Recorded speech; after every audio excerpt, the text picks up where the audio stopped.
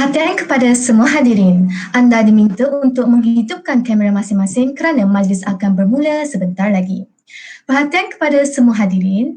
Di sini terdapat beberapa pengumuman. Yang pertama, perhatian kepada semua hadirin. Anda diminta untuk mengimbas QR code atau mengisi link kehadiran melalui pautan Google Form yang akan diberikan di ruangan chat di akhir program nanti. Yang kedua, para hadirin diminta untuk mengimbas QR code atau mengisi link kehadiran untuk sekali sahaja. Yang ketiga, para hadirin diminta supaya kekal berada dalam majlis sepanjang program ini berlangsung. Yang keempat, para hadirin diminta untuk tidak melakukan sebarang aktiviti yang boleh mengganggu kelancaran majlis.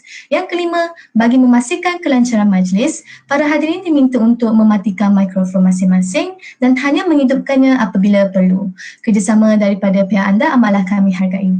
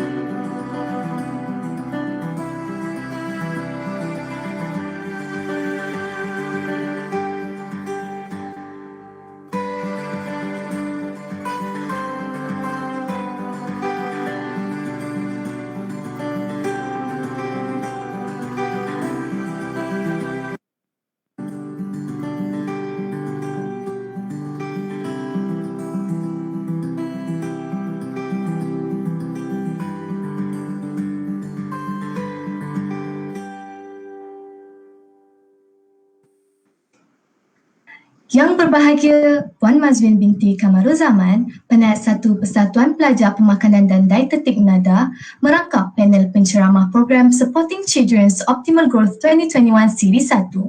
Yang berusaha Saudara Muhammad Hazim Naimullah bin Muhammad Nazari, Pengarah Program Supporting Children's Optimal Growth 2021, Dr. Siti Sabariah binti Buhari, Ketua Pusat Pengajian Dietetik, Wan Nur Fahana binti Muhammad Said, Penasihat 2 Persatuan Pelajar Pemakanan dan Dietetik NADA, yang dihormati Saudara Muhammad Syahdan bin Hanafi, Saudara Nuruddin Hamzah bin Hamzani, Majlis Perwakilan Pelajar Fakulti Sains Kesihatan UiTM Puncak Alam, Cawangan Selangor, sesi 2020-2021, Barisan Majlis Tertinggi Sekretariat Mahasiswa Fakulti Sains Kesihatan sesi 2020-2021, Saudari Nur Najwa binti Muhammad Daniel, Presiden Persatuan Pelajar Pemakanan dan Dietetik NADA 2020-2021, seterusnya warga Pusat Pengajian Dietetik dan para hadirin yang dikasihi sekalian. Assalamualaikum warahmatullahi wabarakatuh. Salam sejahtera dan salam UiTM di hatiku. Selamat datang ke program Supporting Children's Optimal Growth 2021 Siri 1. Sebelum meneruskan atur cara majlis pada hari yang indah ini, izinkan saya memperkenalkan diri. Amirah Afifah binti Yusof nama diberi selaku pengacara majlis anda pada hari ini.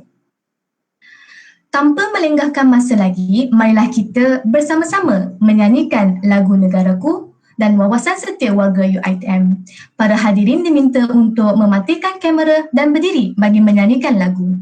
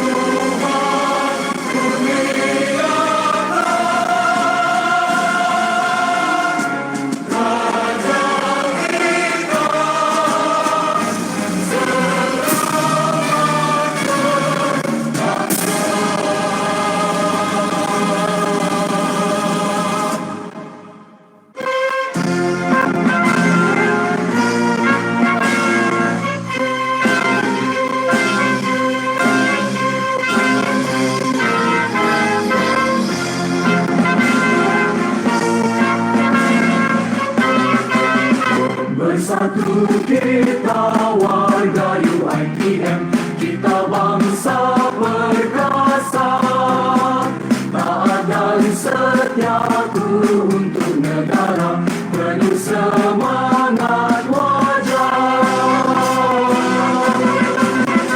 Kita jangan mudah terlupa pengorbanan perjuangan anak bangsa. Kita jangan mudah terleka kemajuan keamanan yang ada.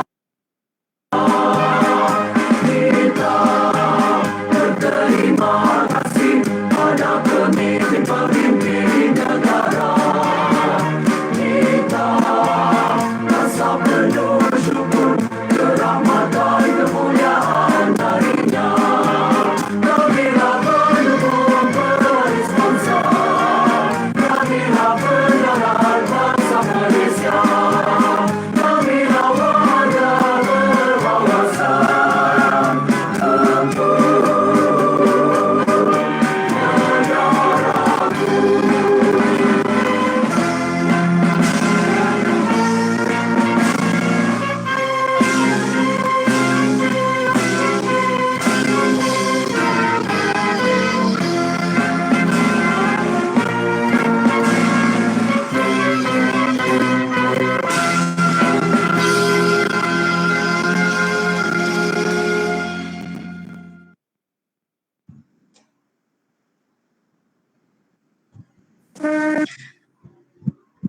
Terima kasih atas nyanyian sebentar tadi.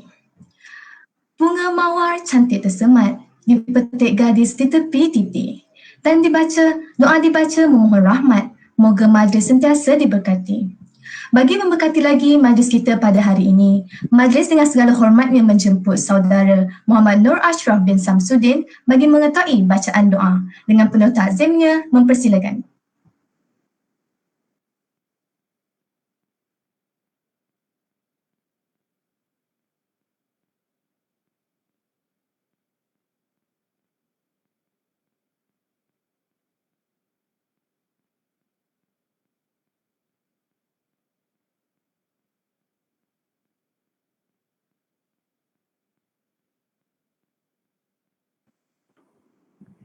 Bismillahirrahmanirrahim.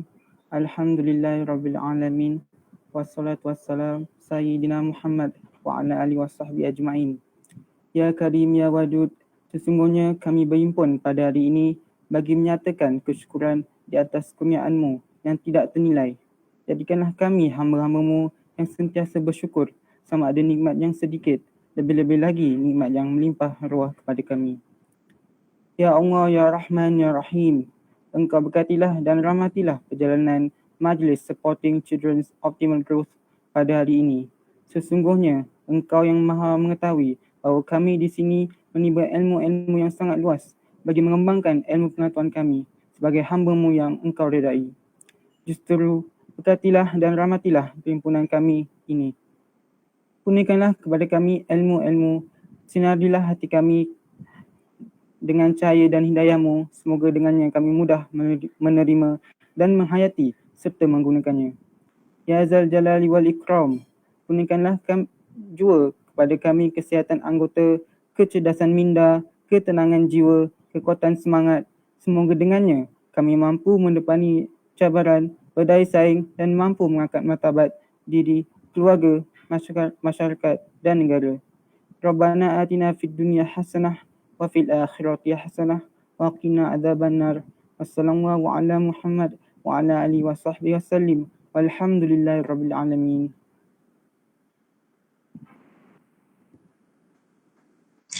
Terima kasih diucapkan kepada saudara Muhammad Nur Ashraf bin Samsudin atas bacaan doa sebentar tadi. Bagi meneruskan lagi atau cara program ini, majlis menjemput Puan Mazuin binti Kamaruzaman, Penayat 1 Persatuan Pemakanan dan Daya Tertik Nada untuk merasmikan program Supporting Children's Optimal Growth 2021. Oleh itu, dipersilakan Puan Mazuin binti Kamaruzaman. Yang berusaha, Saudara Muhammad Hazim Naimullah bin Muhammad Nazari, pengarah program Supporting Children Optimal Growth 2021, yang dihormati Dr. Syarul Baria Abdul Hamid selaku panel penceramah program Supporting Children Optimal Growth 2021 Siri 1. Dr. Siti Sabaria Buhari, Ketua Pusat Pengajian Nada, Puan Nur Fahana binti Muhammad Said, Penasihat 2 Pelajar Persatuan Nada, Saudara Muhammad Syahdan bin Hanafi, Saudara Nuruddin Hamzah Hamzani, Majlis Perwakilan Pelajar Fakulti Sains Kesihatan, Barisan Majlis Tertinggi Sekretariat Mahasiswa Fakulti Sains Kesihatan sesi 2020-2021, Saudari Nur Najwa binti Muhammad Daniel, Presiden Persatuan Nada, seterusnya warga pusat pengajian dan para hadirin yang dikasihi sekalian. Assalamualaikum warahmatullahi wabarakatuh. Salam UiTM di hatiku dan selamat pagi semua. Terlebih dahulu saya ingin memanjatkan rasa kesyukuran kehadrat Allah SWT kerana dengan limpah kurnianya dapat kita berkumpul bersama-sama di dalam program ini. Pertama sekali saya ingin mengucapkan setinggi-tinggi penghargaan kepada setiap ahli jawatan kuasa yang telah bertungkus lumus dalam menjayakan program ini. Hadirin sekalian, saya amat gembira dapat berada dalam program yang dilaksanakan oleh Nada buat julung kalinya pada hari ini. Untuk makluman semua, program Supporting Children Optimal Growth 2021 merupakan program bersiri. Program ini mempunyai 3 siri, yang mana siri pertama bermula pada hari ini 22 hari bulan 5, kemudian siri kedua pada 29 hari bulan 5 2021 dan berakhir dengan siri ketiga pada 12 Jun. Program ini bertujuan untuk membincangkan isu dan konsep kanak-kanak bantut di Malaysia yang berpunca daripada kesan malnutrisi dan menerangkan tentang kadar pembesaran kanak-kanak yang optimal kepada golongan ibu bapa. Program ini bertujuan untuk menyampaikan pengetahuan berkenaan cara pemakanan yang baik untuk memastikan kanak-kanak mendapat nutrisi yang secukupnya bagi pembesaran yang baik. Oleh itu, saya berharap agar program yang dilaksanakan ini dapat memberi manfaat dan pengetahuan tentang pembesaran dan cara pemakanan yang sihat kepada kanak-kanak. Sebelum saya mengundurkan diri dengan lafaz Bismillahirrahmanirrahim, saya merasmikan program Supporting Children Optimal Growth 2021. Terima kasih.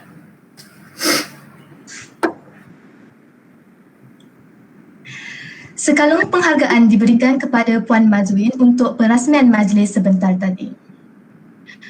Para hadirin yang dihormati sekalian, majlis kita diteruskan lagi dengan perkongsian berkaitan masalah bantut di Malaysia yang akan disampaikan oleh Puan Mazwin binti Kamarul Zaman, pensyarah Dai Tertib. Dengan segala hormatnya, majlis mempersilakan. Terima kasih.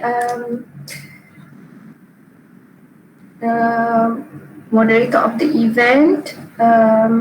Okay. Boleh nampak ke saya punya slides?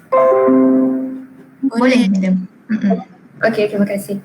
So, Alhamdulillah, terima kasih hari ini, pagi ini saya diberi peluang untuk membincangkan sedikit berkenaan masalah bantut di Malaysia.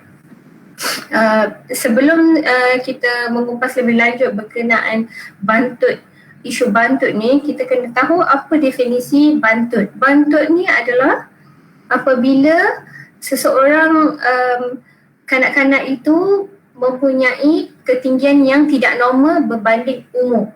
Maksudnya bantut ni kita tengok kepada tingginya berbanding umurnya. So kita nak refer pada mana? Kita refer kepada growth chart. Growth chart, carta I'm not sure what's the name in Malay. Growth chart. Di mana kita kena tengok untuk ketinggian dan umur. Ada dua jenis, ada beberapa lah reference yang kita gunakan untuk growth chart ni. One of it adalah daripada WHO. Kalau kita tengok line yang hijau tu, kalau nampak agak samar di sini, line kalau anak itu berada di bawah dua line ni, kita kata kanak-kanak itu bantut, atau Englishnya kita panggil stunted. Okay, so it refers to the height. So before kita understand more pasal bantut ni, kita kena faham keperluan nutrisi kanak-kanak berbeza mengikut umur. Okay, and kanak-kanak ni kita boleh classify bawah, children ni bawah 18 tahun. Tapi dia ada sub-classification dia, di mana kita panggil infant 0 hingga 1, toddler 1 hingga 2, 2 sampai 3, ada bagi toddler. Ini ikut pecahan CDC ya. Preschoolers 3 sampai 5, middle childhood 6 hingga 8, dan 9 hingga 11, young teens 12 hingga 14, dan teenagers 15 hingga 17. So kanak-kanak akan di-consider adult bila berumur 18 tahun ke atas.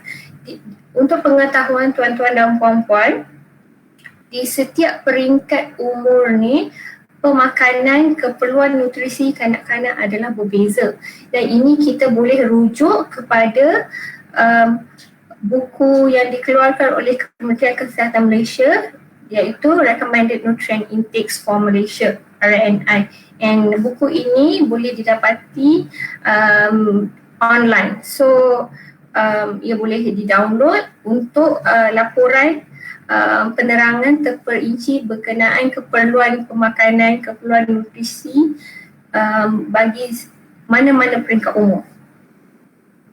Okay, so ini adalah snapshot daripada RNI itu sendiri, di mana keperluan tenaga, estimated energy requirement adalah berbeza mengikut umur, sama ada infant, children atau adolescent. So kita tak boleh bahagi sama rata. Maksudnya kalau kita ada beberapa anak yang di lain-lain umur, okey, yang yang umur 4 tahun makan nasi sama banyak dengan 5 tahun sama banyak.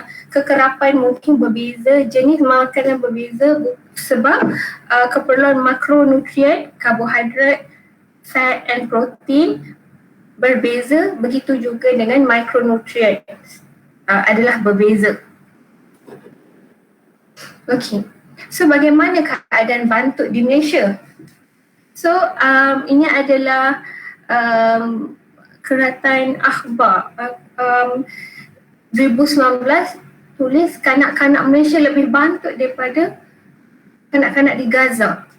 So we know that Gaza ni adalah tempat yang berperang, yang nak cakap income, kalau nak ikut income lebih rendah daripada kita, fasiliti kesihatan lebih rendah daripada kita, tetapi kanak-kanak Malaysia lebih bantut daripada kanak-kanak di Gaza. So it makes us question, kenapa kita lebih bantut daripada Gaza? Adakah sebab orang Gaza ni build dia ibu bapa genetically lebih tinggi, that's why anak-anak dia tinggi? Dan adakah sebab Malaysia ni by stature ketinggian lebih rendah, that's why anak-anak kita lebih rendah? Adakah sebabnya tu? So it makes us question in a such way. So ini adalah comparison bantut antara negara. So ini data up to 2016,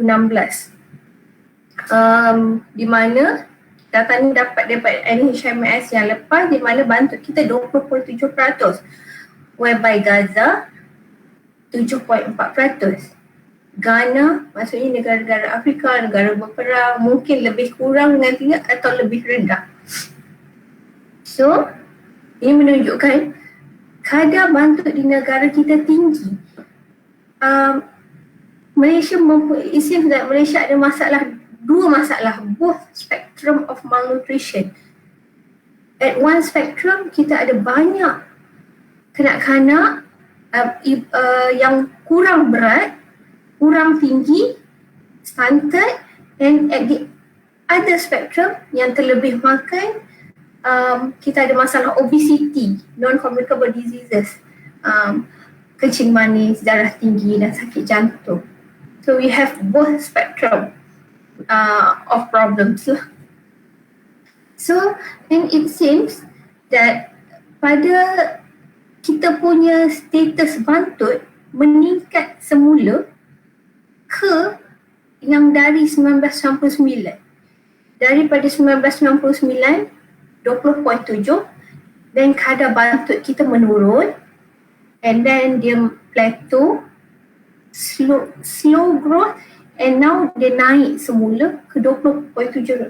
2016 sama macam 1999. So it make us question lah what has happened along the way, kan? Yang menyebabkan tiba-tiba naik semula bantut, masalah bantut di Malaysia ni. And since then it has been since 2016, bantut ni kita dah cuba untuk address semula lah, dia menjadi maksudnya masalah nutrisi negara kita. So antara kaum Bumiputra ada lebih kes bantut compared to orang Cina dan orang India. Berkemungkinan Bumiputra daripada Sabah Sarawak lah, Bumiputra Melayu dekat sini 21.3, yang lain-lain 24.9, 29.5 lebih tinggi. So kalau ikut antara negeri, bantut paling tinggi di Kelantan dan paling rendah di Kuala Lumpur. Ya, so kita mungkin, it shows that mungkin dia berkaitan dengan pendapatan keluarga mungkin. So di mana pendapatan kurang, mungkin di situ ada lebih kes bantut. Okay. So Bila kita cakap pasal bantut, ada banyak perkara yang mempengaruhi, ada banyak faktor yang mempengaruhi apa sebabnya seseorang kanak-kanak itu bantut. And kebanyakan faktor ni dia is a vicious cycle. One thing cause another, is a vicious cycle seperti dalam gambar rajah ni. Namun saya I will discuss in detail. Tapi yang data yang lebih baru daripada NHMS yang 2016 adalah 2019, di mana daripada 20.7% kanak-kanak bantut sekarang dah naik 21.8%. So makin naik, and it seems now 1/5 daripada kanak-kanak di Malaysia adalah bantut, kurang tinggi. So this is alarming. And 30% daripada kanak-kanak bantut ni keluarganya berpendapatan kurang daripada 1,000. So maksudnya income keluarga tu memang memainkan peranan kepada masalah bantut. Tetapi bukanlah kata faktor kewangan sahaja yang mempengaruhi masalah bantut ni. Sebab di sini saya identify 3 faktor utama bantut. Satu, kurang pengambilan nutrien. Maksudnya kita tak ambil nutrien for whatever reason. Sebab kanak-kanak tu picky, tak nak makan ke, ataupun memang tak ada sumber makanan. Sebab tak ada sumber makanan, mungkin tak ada duit nak beli makanan, that is kurang pengambilan nutrien. Ataupun peningkatan kehilangan nutrien atau kegagalan penyerapan. Ini salah satunya berkaitan dengan hygiene.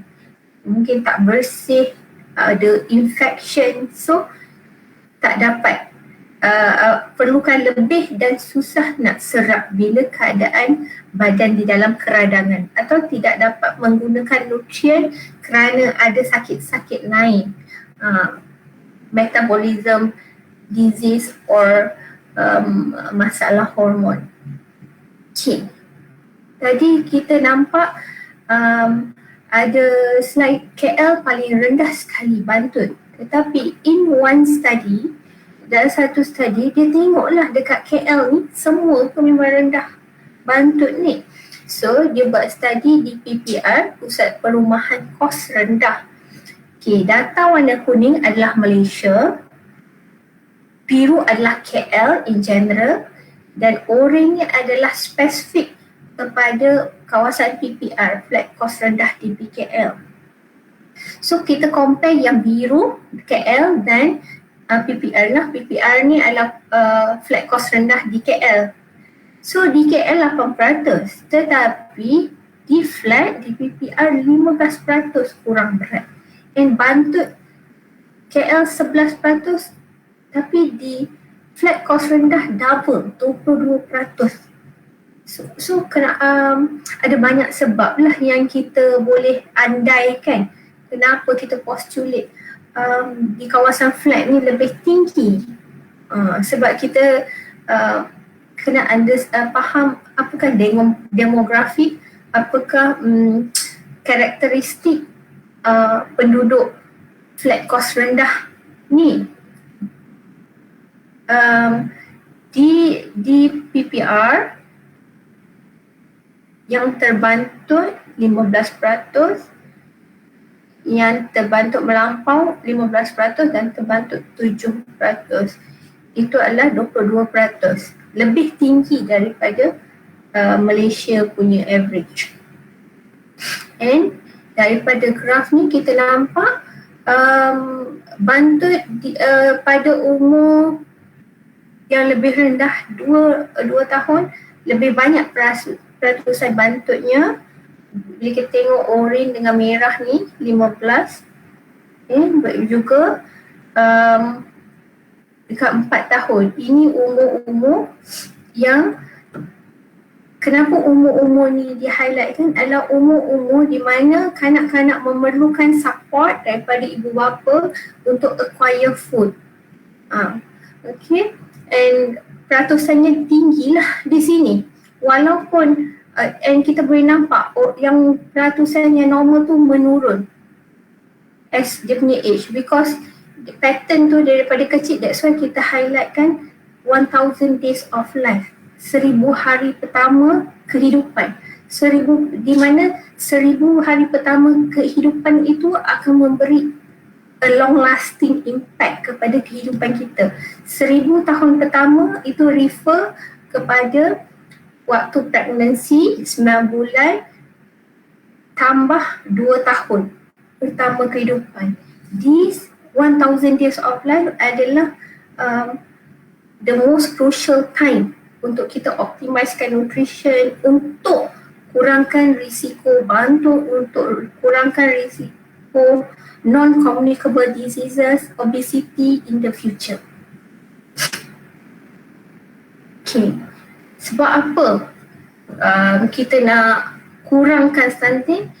Bila orang bantut ni, mortality dia, kematian dia lebih tinggi. Pasal ni usually dia ada immunity, kesihatan dia kurang baik daripada kanak-kanak yang tinggi normal. So bila kesihatan kurang baik, bila kena infection, kena jangkitan kuman lebih teruk. Kesihatan lebih banyak bouts of kena jangkitan kuman, lebih mudah masuk hospital, and bila kena sakit lebih lama. So bila selalu tak sakit, bila selalu tak sihat, ditambah pula dengan sosioekonomi keluarga yang kurang baik, so orang-orang ini, kanak-kanak ini adalah kanak-kanak yang mungkin akan lambat masuk tadika, yang senang drop out daripada sekolah. So IQ dia lebih rendah. Dan bila orang yang pendidikannya kurang bagus, dia usually income dia terhad kerana pilihan pekerjaan yang terhad. So and then cumulatively, when we have more stunted people with less income, ekonomi negara tak bagus. So that's why masalah stunting ni, kanak-kanak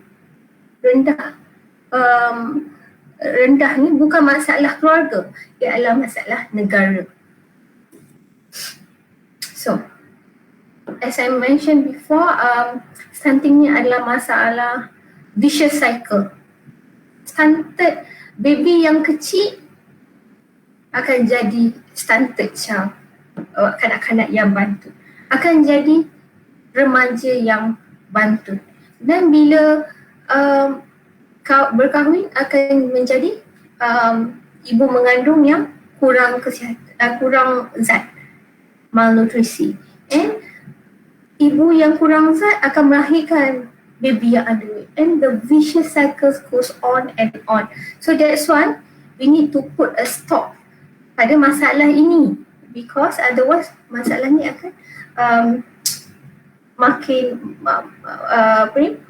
banyak lah masalah ni akan berlaku. Okay.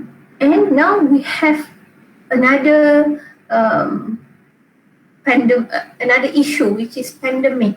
So we can only anticipate, anggarkan keadaan bantut di negara kita akan lebih meningkat sebab berikutan COVID-19, di mana COVID-19 ni dia memberi implikasi yang besar kepada ekonomi, di mana banyak orang yang kehilangan pekerjaan dan tidak dapat memberikan sumber makanan yang cukup kepada ahli keluarga. So ini akan definitely bagi impact kepada status security makanan di dalam keluarga, which in turn akan affect nutrisi kanak-kanak. So kita sebagai masyarakat, sebagai ahli keluarga kena memainkan peranan to look into the matter seriously and to be part of the solution to this growing problem. Setakat itu kupasan daripada saya. Terima kasih.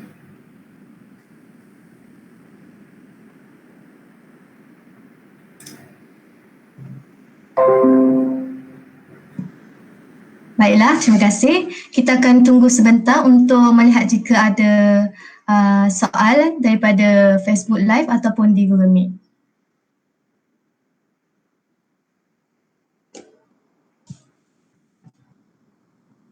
Jadi para hadirin, jika ada terdapat soalan boleh tinggalkan di ruangan chat di Facebook Live ataupun di Google Meet.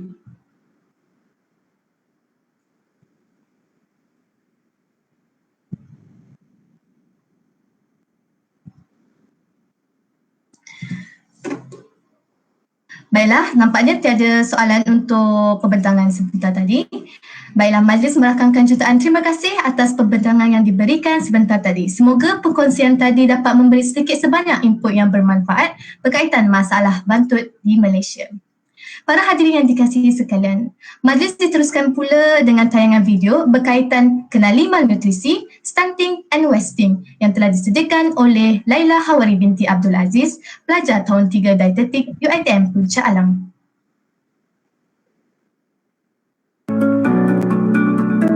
Malnutrisi terbahagi kepada dua, iaitu pengambilan makanan yang berlebihan ataupun kekurangan zat makanan. Kekurangan zat makanan pula boleh menyebabkan dua kondisi, iaitu wasting dan stunting. Wasting ialah kurang berat untuk tinggi, manakala stunting atau bantut ialah kurang tinggi untuk umur. Kanak-kanak yang wasting kebiasaannya mempunyai tinggi yang lebih kurang sama dengan kanak-kanak lain yang sebaya, tetapi fizikalnya lebih kurus. Manakala kanak-kanak yang mengalami stunting atau bantut adalah lebih rendah daripada kanak-kanak lain yang sebaya dengannya. Bagaimana kita hendak tahu sama ada anak mengalami wasting ataupun tidak? Kita boleh menggunakan carta pertumbuhan ataupun growth chart yang dilabel weight for length mengikut jantina anak. Carta yang ditunjuk adalah untuk bayi baru lahir sehingga 2 tahun. Bagi kedua-dua jantina, sekiranya berat dan tinggi yang ditanda di dalam carta jatuh di antara garisan merah bertanda negatif 2 dan garisan hitam bertanda negatif 3, bayi tersebut boleh dikategorikan sebagai bayi yang wasted. Dan sekiranya jatuh di bawah garisan hitam bertanda negatif 3, bayi tersebut tergolong dalam bayi yang severely wasted, iaitu wasting yang lebih teruk. Contohnya, sekiranya bayi perempuan tersebut berukuran 90 cm dan mempunyai berat 10.5 kg, bayi tersebut boleh dikategorikan dalam bayi yang wasted. Manakala bayi perempuan yang berukuran 107 cm dan mempunyai berat 12.5 kg tergolong dalam bayi yang severely wasted. Ibu bapa boleh menanda tinggi anak diikuti dengan berat anak untuk tahu sama ada pembesaran anak adalah normal atau sebaliknya. Kaedah sama juga boleh digunakan bagi bayi lelaki. Untuk mengesan sama ada bayi mengalami stunting atau tidak, ibu bapa boleh merujuk kepada growth chart yang dilabel length for age mengikut jantina anak. Sekiranya tandaan umur dan tinggi bayi berada di antara garisan merah negatif 2 dan garisan hitam negatif 3, bayi tersebut tergolong dalam bayi yang stunted.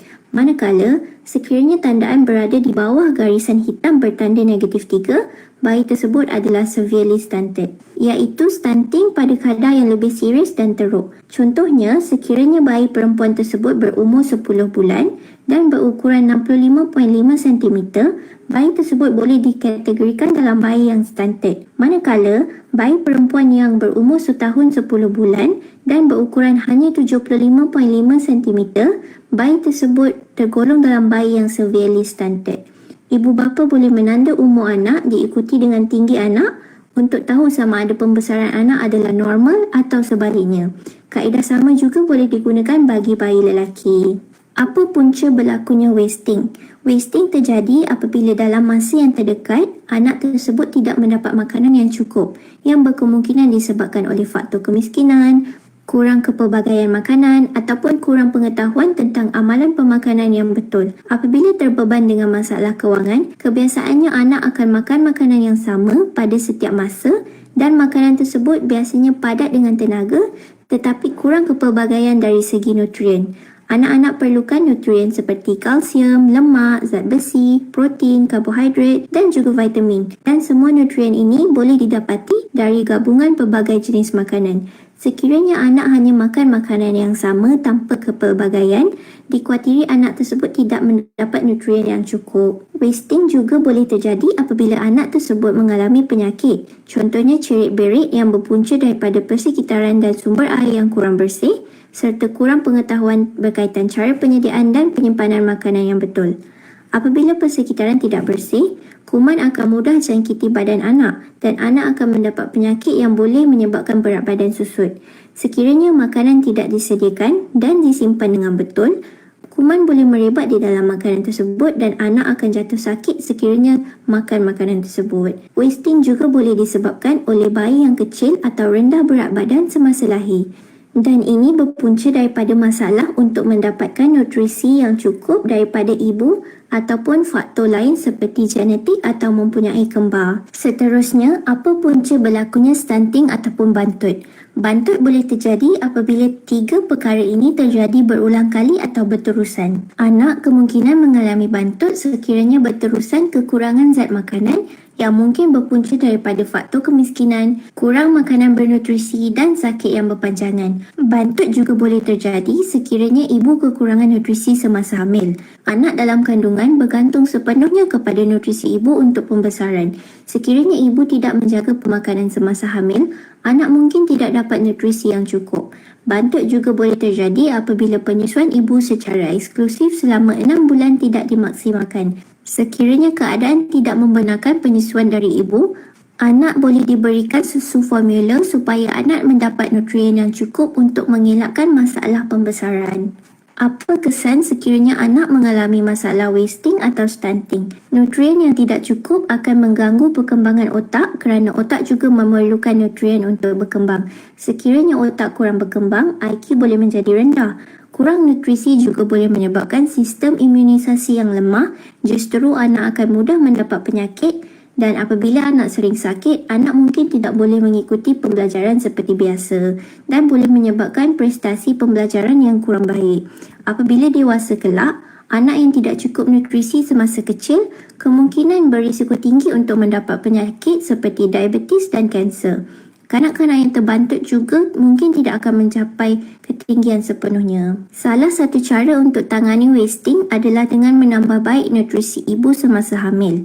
Sekiranya ibu dapat membekalkan nutrisi yang cukup kepada anak dalam kandungan, anak dapat lahir dengan berat yang sihat dan tidak mempunyai masalah pembesaran. Sekiranya persekitaran dan sumber air bersih dapat diberikan kepada anak, risiko untuk terkena jangkitan semakin rendah dan anak dapat membesar dengan baik. Penyusuan ibu secara eksklusif selama 6 bulan pertama anak lahir ataupun pemberian susu formula sekiranya keadaan tidak membenarkan penyusuan ibu dan juga pemberian nutrisi penting semasa 1000 hari pertama anak juga dapat mengurangkan risiko wasting. Akhir sekali, cara untuk tangani masalah bantut adalah dengan menitik beratkan pengetahuan berkaitan nutrisi penting bagi anak-anak. Ibu bapa perlu tahu apa keperluan nutrisi anak-anak supaya anak dapat membesar dengan baik. Seterusnya, nutrisi ibu hamil juga penting supaya anak dapat lahir dengan sihat. Dan akhir sekali, penyusuan ibu secara eksklusif semasa 6 bulan pertama anak lahir ataupun pemberian susu formula sekiranya keadaan tidak membenarkan penyusuan ibu dan juga nutrisi penting perlulah diberikan kepada anak semasa 1000 hari pertama anak lahir. Terima kasih untuk tayangan video sebentar tadi. Hadirin sekalian, majlis diteruskan lagi dengan perkongsian berkaitan dengan adakah menyusu badan menyebabkan bayi terbantut melalui video pembentangan oleh Dr. Syahrul Bariah binti Abdul Hamid, pensyarah kanan dietetik. Mempersilakan.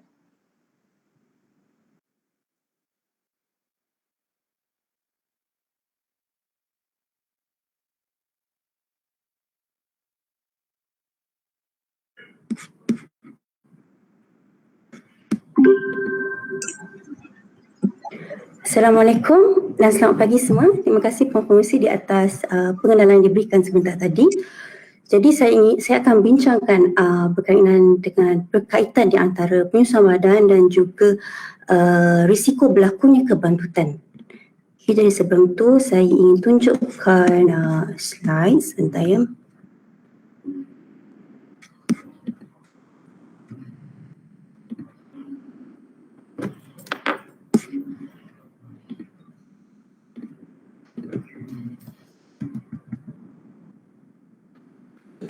Jadi sebelum saya menerangkan lebih lanjut, apakah itu, saya juga ingin menerangkan sedikit mengenai berkenaan dengan penyusuan badan. Okay?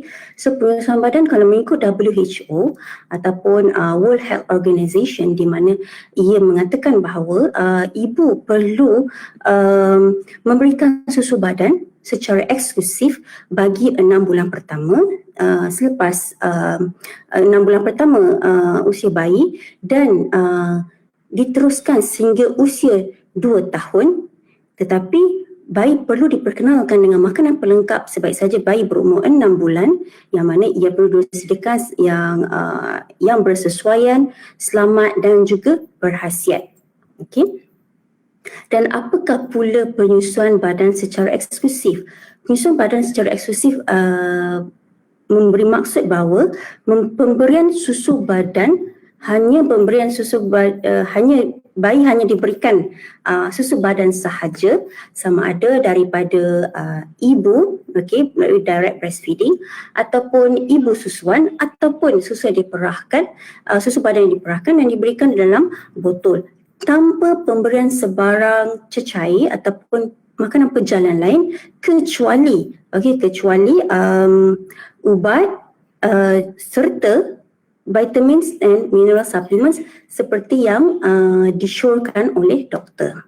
Okey, so apabila kita berkata berkenaan dengan penyusuan susu badan, penting untuk kita mengetahui apakah kepentingan, apakah kebaikan susu badan. Okey, so kebaikan susu badan ini ada daripada dua perspektif, iaitu kebaikan susu badan buat bayi dan juga kebaikan susu badan buat ibu. Okey, so bagi bayi, ia merupakan susu ibu merupakan makanan yang ideal. Okey, ia membekalkan nutrisi yang lengkap yang bersesuaian dengan umur bayi. Selain daripada itu, ia mempunyai kandungan antibodi yang tinggi yang mampu melindungi bayi daripada jangkitan dan mencegah kematian bayi.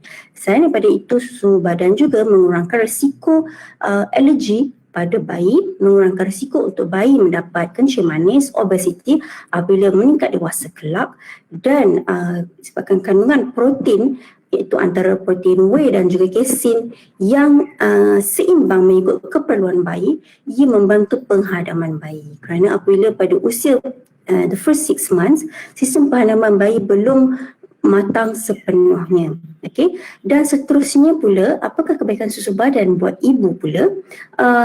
Ibu yang menyusukan, banyak kajian yang telah membuktikan bahawa ibu-ibu yang memberikan penyusuan badan, okey, yang mengamalkan penyusuan badan, mengurangkan risiko mereka untuk mendapat kanser ovari dan juga kanser payudara. Selain daripada itu, ia mengurangkan risiko pendarahan selepas bersalin, okey, disebabkan oleh penyusuan badan itu ia akan mengecutkan uterus, okey. Dan selain daripada itu, mengenakan hubungan ibu dan anak, menjarakkan kehamilan, menjimatkan kos dan juga membantu ibu dari segi pengawalan berat badan. Okey, kemudian apakah pula peranan penyusuan badan dari segi pencegahan kebantutan? Okey, breastfeeding ataupun breastfeeding practices has been found to have a protective effects towards preventing of stunting. Okey, melalui apa? Melalui early initiation to breastfeeding ataupun pengenalan kepada penyusuan badan seawal yang mungkin selepas kelahiran dalam masa sejam. Okey, pemberian susu badan secara eksklusif dan juga tempoh penyusuan yang tinggi, yang lebih dan bersesuaian mengikut umur bayi adalah berkait rapat dengan pencegahan kebantutan di kalangan kanak-kanak berumur kurang daripada 5 tahun. Okey, dan juga kalau mengikut Muldiasman et al 2018, ada dalam kajian yang mengatakan bahawa pemberian susu badan yang dilewatkan, iaitu berlebih 1 jam selepas kelahiran, meningkatkan risiko sebanyak 1.3 kali untuk bayi mendapat kebantutan. Okey, selain daripada itu, daripada dua kajian ini, Campos et al 2020 dan juga Danai et al 2016 mengatakan bahawa jumlah kanak-kanak ataupun bayi yang punya masalah kebantutan adalah dipengaruhi oleh disebabkan oleh penyusuan badan yang tidak diteruskan.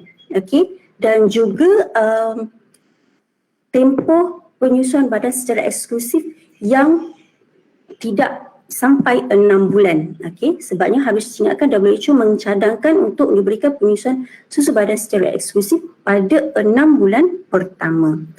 Okey, Kemudian akhir sekali adalah Lamberty et al. 2011 pula mengatakan bahawa bayi yang diberikan penyesuaian badan secara predominan, partially atau separuh, dan juga langsung tidak diberikan penyesuaian badan, dia punya risiko untuk mendapat cirit pirit adalah lebih tinggi berbanding bayi yang diberikan penyesuaian badan secara eksklusif bagi umur bayi 0 ke 5 bulan. So risiko dia tu lebih tinggi apabila bayi langsung tidak diberikan susu badan. Okay? So apa kaitannya diarrhea ni atau cirit birit ni dengan kebantutan? So antara faktor risiko kepada kebantutan adalah disebabkan oleh tinggi prevalent of diarrhea yang berlaku di kalangan kanak-kanak ataupun bayi. Okay? Walau bagaimanapun, penyesuaian badan juga berkait rapat dengan risiko berlakunya kebantutan. Tadi kita dah ceritakan penyesuaian badan, apa kepentingan susu badan, dan dari segi pencegahan berlakunya kebantutan. Tapi sebenarnya penyesuaian badan juga boleh meningkatkan risiko berlakunya kebantutan. Melalui apa? Melalui dua faktor utama ini, iaitu pemberian susu badan yang lama, yang melebihi tempoh yang bersesuaian, dan juga melewatkan pemberian makanan pelengkap. So makanan pelengkap perlu diberikan apabila usia bayi mencapai 6 bulan, dan juga tempoh penyusuan yang lama itu bermaksud adalah tempoh penyusuan yang lebih daripada 6 bulan dan tidak diberikan makanan pelengkap yang bersesuaian mengikut peningkatan umurnya. So harus diingatkan adalah pada 6 bulan pertama bayi memang bergantung pada susu badan, dan ia mempunyai pelbagai jenis nutrien, growth hormone, dan juga bioactive factor dan juga antibody yang membantu dari segi meningkatkan imuniti bayi, meningkatkan pertumbuhan bayi. Tapi walau bagaimanapun, ia boleh menyebabkan dan sekiranya penyesuaian badan diberikan melebihi daripada usia 6 bulan tanpa diberikan makanan pelengkap, so risiko adalah bayi tidak mendapat keperluan makanan yang mencukupi mengikut pertambahan usianya. Okey. So apakah faktor-faktor lain yang mempengaruhi perkara ini? Iaitu yang pertama sekali adalah disebabkan oleh bilangan anak yang ramai. Okey, so bila bilangan anak yang ramai, terutama sekali anak berumur kurang daripada 5 tahun yang ramai dalam satu rumah, jadi ia menyebabkan bayi tidak ibu ataupun keluarga itu tidak dapat menyediakan pemakanan yang sihat untuk bayi, dan juga dia menyebabkan ibu itu menyusukan badan bayi lebih lama kerana atas faktor kemiskinan, so dia tak mampu menyediakan makanan yang sihat, yang berkhasiat, yang bersesuaian mengikut umur bayi. Selain daripada itu, diet ibu sendiri, sekiranya nutrition status atau status makanan ibu adalah berada pada tahap yang rendah, terutama sekali apabila sebelum mengandung, semasa mengandung, yang kita sedia maklum memang semasa mengandung keperluan tenaga, keperluan makro dan mikronutrien ibu meningkat. Okey, tetapi status makanan ibu rendah sebabkan faktor kemiskinan dan sebagainya. Jadi ia akan menyebabkan bayi yang dilahirkan itu mempunyai berat lahir yang rendah. So ia meningkatkan risiko bayi pula kepada berlakunya kebantutan. Okey, selain daripada itu, tahap kebersihan rendah dalam keluarga tersebut, okey, yang akan menyebabkan bayi dan juga ahli keluarga tersebut tidak ada akses kepada air yang bersih, pemakanan yang sihat, yang selamat. Jadi ia menyebabkan risiko kepada berlakunya jangkitan yang lain seperti diarrhea. So risiko kebantutan pula akan meningkat, dan akhir sekali adalah disebabkan oleh pengetahuan yang terhad pada ibu, pada suami dan juga keluarga itu berkenaan dengan penyediaan makanan yang sihat, berkhasiat dan selamat, dan juga pemberian susu badan mengikut umur yang bersesuaian. Okey, jadi ini adalah beberapa faktor risiko yang menyebabkan berlaku kebantutan dan berkait rapat dengan amalan penyusuan badan. Okay, jadi itu sahaja daripada saya. Sekian, terima kasih.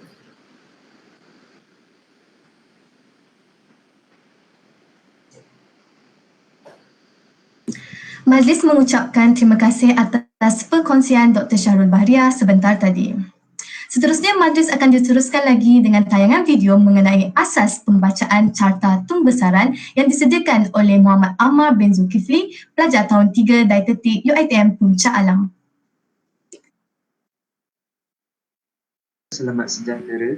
Hari ini saya akan menerangkan serba sedikit informasi dan maklumat berkaitan asas pembacaan graf pembesaran bagi kanak-kanak. Pertama, kita masuk kepada pengenalan bagi asas pembacaan graf pembesaran bagi kanak-kanak. Indikator pertumbuhan bagi kanak-kanak biasanya digunakan untuk menilai pertumbuhan mereka dengan mempertimbangkan umur dan ukuran tubuh badan kanak-kanak tersebut.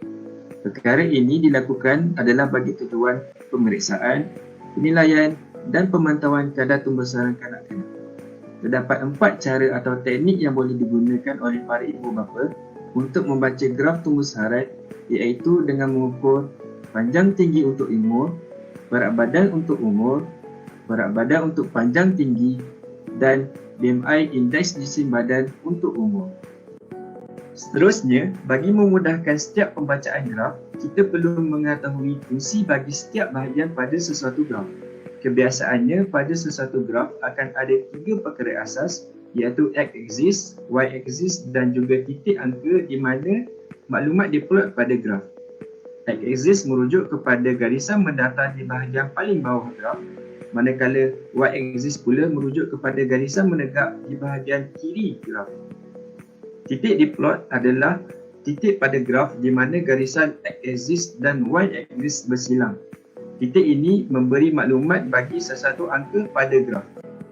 Baiklah, seterusnya, untuk memudahkan para ibu bapa bagi memahami asas pembacaan graf pembesaran, maklumat Siti akan digunakan sebagai contoh dalam setiap penerangan bagi pembacaan graf. Siti merupakan pelajar tadika yang berumur 4 tahun. Beliau mempunyai berat badan pada 15 kg dan ketinggian pada 100 cm. BMI Siti pula adalah pada 15 kg per meter square. Kemudian, kita teruskan kepada cara-cara bagi pembacaan graf yang sedia ada. Cara pembacaan graf pembesaran yang pertama adalah dengan mengukur panjang tinggi untuk umur bagi seseorang kanak-kanak. Contoh graf mencerminkan pembesaran yang dicapai bagi panjang atau tinggi untuk kanak-kanak perempuan yang berumur dari 2 tahun hingga 5 tahun yang telah ditetapkan oleh pihak Kementerian Kesihatan Malaysia KKM. Dalam setiap graf, y-axis mewakili panjang atau tinggi, manakala x-axis pula mewakili umur kanak-kanak tersebut. Plot panjang atau ketinggian pada garis menegak y-axis. Jadi ketinggian Siti adalah pada 100 cm. Plot umur mengikut minggu, bulan atau tahun pada garis mendatar x-axis. Umur Siti pula adalah pada 4 tahun. Kita akan dapat maklumat berkenaan tahap pembesaran Siti pada titik di mana garisan x-axis dan y-axis bersilang. Mengikut graf yang telah diplot, kita dapati bahawa kadar pembesaran Siti adalah pada tahap normal. Petunjuk pada graf ini dapat membantu mengenal pasti masalah kanak-kanak yang terbantut kerana kekurangan zat yang berpanjangan atau penyakit yang berulang. Petunjuk ini juga dapat mengenal pasti masalah kanak-kanak yang mempunyai ketinggian yang tidak normal yang mungkin disebabkan oleh sistem endokrin dalam tubuh badan kanak-kanak yang tidak stabil. Cara pembacaan graf pembesaran yang kedua adalah dengan mengukur berat badan untuk umur bagi seseorang kanak-kanak. Contoh graf menggambarkan pembesaran yang dicapai bagi berat badan dan umur untuk kanak-kanak perempuan berumur dari 2 tahun hingga 5 tahun yang telah ditetapkan oleh pihak Kementerian Kesihatan Malaysia KKM.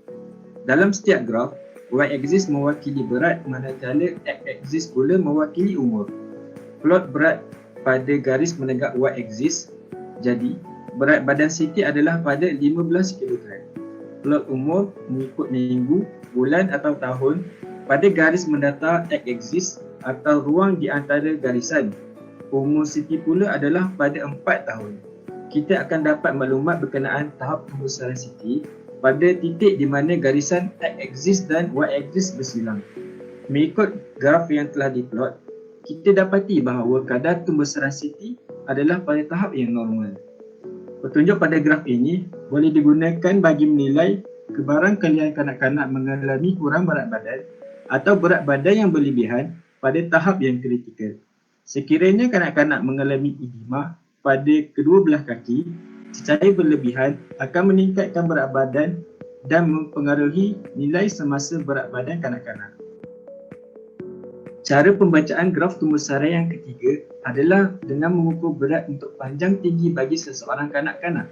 Contoh graf mencerminkan berat badan mengikut kadar tumbuh sara yang dicapai mengikut kebiasaan untuk kanak-kanak perempuan yang berumur dari 2 tahun hingga 5 tahun mengikut ketetapan yang telah ditetapkan oleh pihak World Health Organization WHO. Dalam setiap graf, y-axis mewakili berat, manakala x-axis pula mewakili panjang atau tinggi.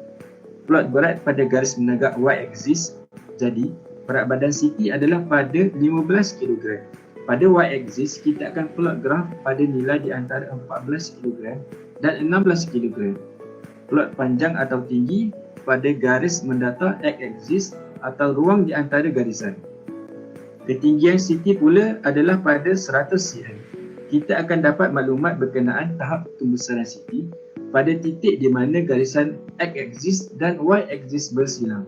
Mengikut graf yang telah diplot, kita dapati bahawa kadar tumbuhsaran Siti adalah pada tahap normal.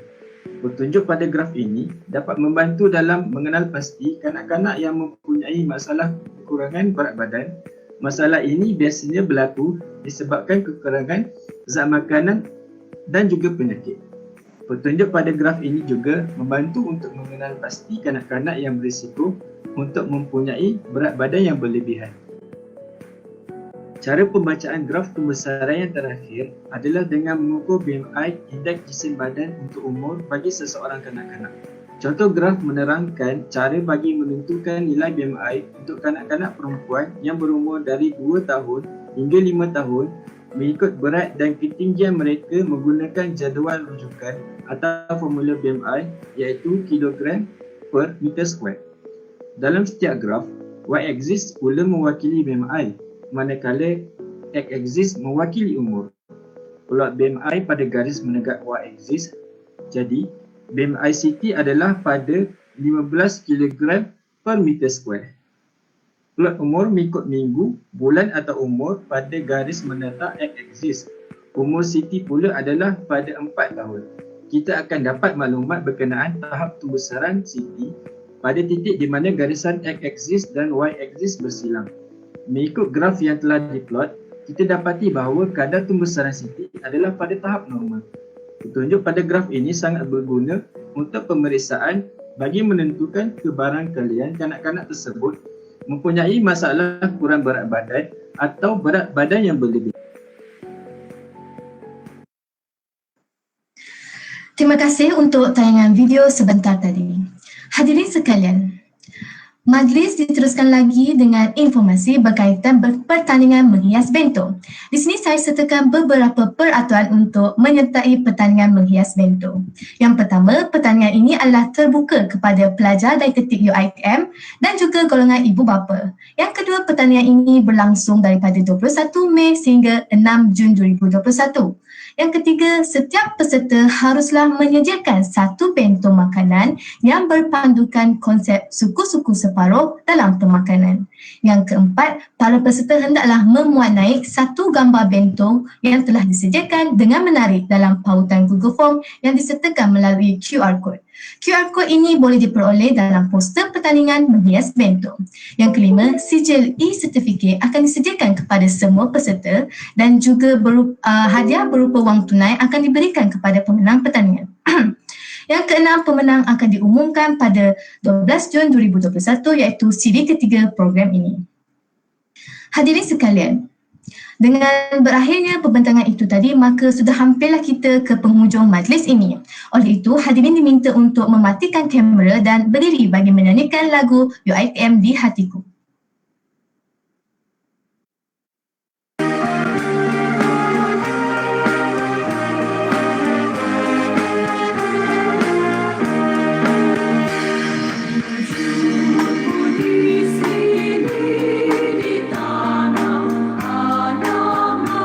Merdeka,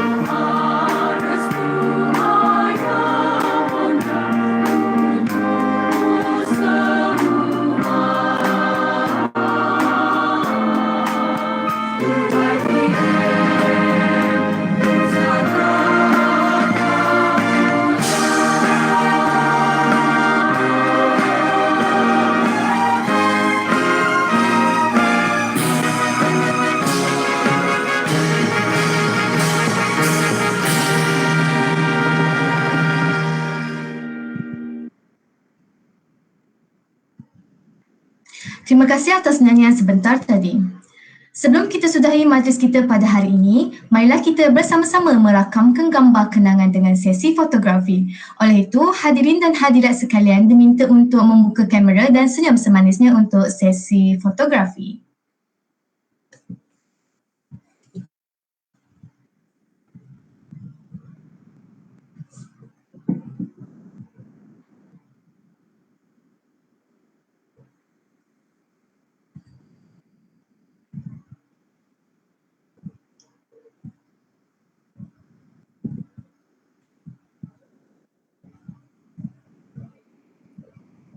Okey, semua ready dan senyum.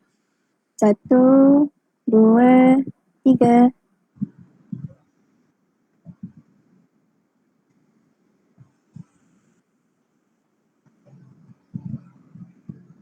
Okey, sekali lagi. 1, 2, 3. Okey, terima kasih. Baiklah, sebelum majlis bersurai, para hadirin diminta untuk scan QR code atau mengisi link kehadiran melalui pautan Google Form yang telah disediakan di ruangan chat sebelum meninggalkan Google Meet ini dan juga FB Live. Saya bagi wakil pihak jawatankuasa program ini mengucapkan jutaan terima kasih kepada para hadirin sekalian atas kerjasama yang diberikan sepanjang majlis ini berlangsung. Di kesempatan ini juga saya ingin memohon maaf seandainya terdapat sebarang kekurangan yang berlaku sepanjang majlis ini berlangsung. Sesungguhnya yang baik itu datangnya daripada Allah dan yang kurang itu semestinya daripada kelemahan kami yang bernama insan. Sekian saya akhiri majlis kita pada pagi ini dengan wabillahi taufiq wal hidayah. Wassalamualaikum warahmatullahi wabarakatuh. Majlis bersurai.